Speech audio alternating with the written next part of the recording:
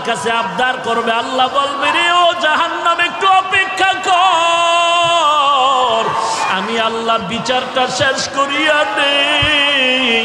বিচারটা শেষ করার পরে এরপরে তোর কাছে গুনাহগার গুলো পাঠায় দিব।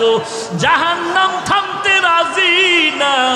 আল্লাহ তাআলা বলেন ও জাহান্নামের শিকল দিয়া ধরে রাখ, জাহান্নামকে শিকল দিয়া বেঁধে রাখ। ৭০,০০০ রহমতের ফেরেশতারা জাহান্নামটাকে বেঁধে ধরে রাখতে পারে না। আমার নবী সিজদায় পড়ে কাঁদেন, ও আল্লাহ জাহান্নামের ভিড়াও ভিড়াও, আমার একটা উম্মত যেন জাহান্নামে না যায়। জাহান্নামের ভয় আমার নবী সিজদায় পড়ে কান্না শুরু করবেন। আল্লাহ বলেন ও নবী আপনি একটুও কাঁদবেন না, আপনার উম্মতের জাহান্নামে আমি আল্লাহ দিব না। আল্লাহ কুদরতের হাতে একটু পানি দিয়া ফেরেশতাকে বলবে জাহান্নামের গায়ে ছিটায়া দাও। আল্লাহর দেওয়া কুদরতের হাতের পানি জাহান্নামের গায়ে ছিটায় দেওয়া মাত্র জাহান্নাম পেছন দিকে দৌড়াবে। ফেরেশতারা বলবেন ওরে মালিক, শিকল দিয়া যেই জাহান্নামের ধরে রাখতে পারি না, একটু সামান্য পানি দেওয়া মাত্র জাহান্নাম পেছনে চলে গেল। এটা কেমন বরকতের পানি? এটা কি জমজমের পানি নাকি কাউসারের পানি নাকি আবে হায়াতের পানি?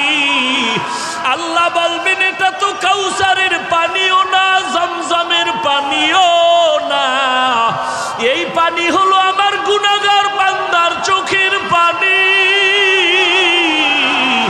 আমার গুনাহগার বান্দা নবীর উম্মতেরা ঘুমায় নাই, গুনার ভয়ে জাহান্নামের ভয়ে চোখের পানি ছেড়ে কান্না করে। এরে আল্লাহর বান্দা, এরে যুবক, একটু আমলনামার দিকে চোখ দুটো বন্ধ করে তাকায় দেখো। গুনার কারণে আমার হাত না পাক, আমার জিহ্বা না পাক, আমার অন্তর না পাক। গুনার কারণে আমার চোখ দুটো না পাক, আমার পা না পাক। আমার মতো জাহান্নামের আসামি আর কেউ নাই। আজকে এই ময়দানে চোখের পানি ছেড়ে আল্লাহকে মায়া করে ডাক দাও রে মালিক, আমি জাহান্নামের আগুনে জ্বলতে পারবো না। গুলো সবাই উঠবে উলঙ্গ, হাসরের ময়দান এমন ভয়ঙ্কর। আল্লাহ তাআলার অর্ডারে সূর্যটা সকলের মাথার উপরে নেমে আসবে। এখন একটা মুখ জমিনের মধ্যে দেওয়া, ওই দিন 12টা মুখ জমিনের দিকে আল্লাহ দিয়া বলবে ও সূর্য তোর যত তাপ আছে সব তাপ তুই জমিনে ছাড়িয়ে দে।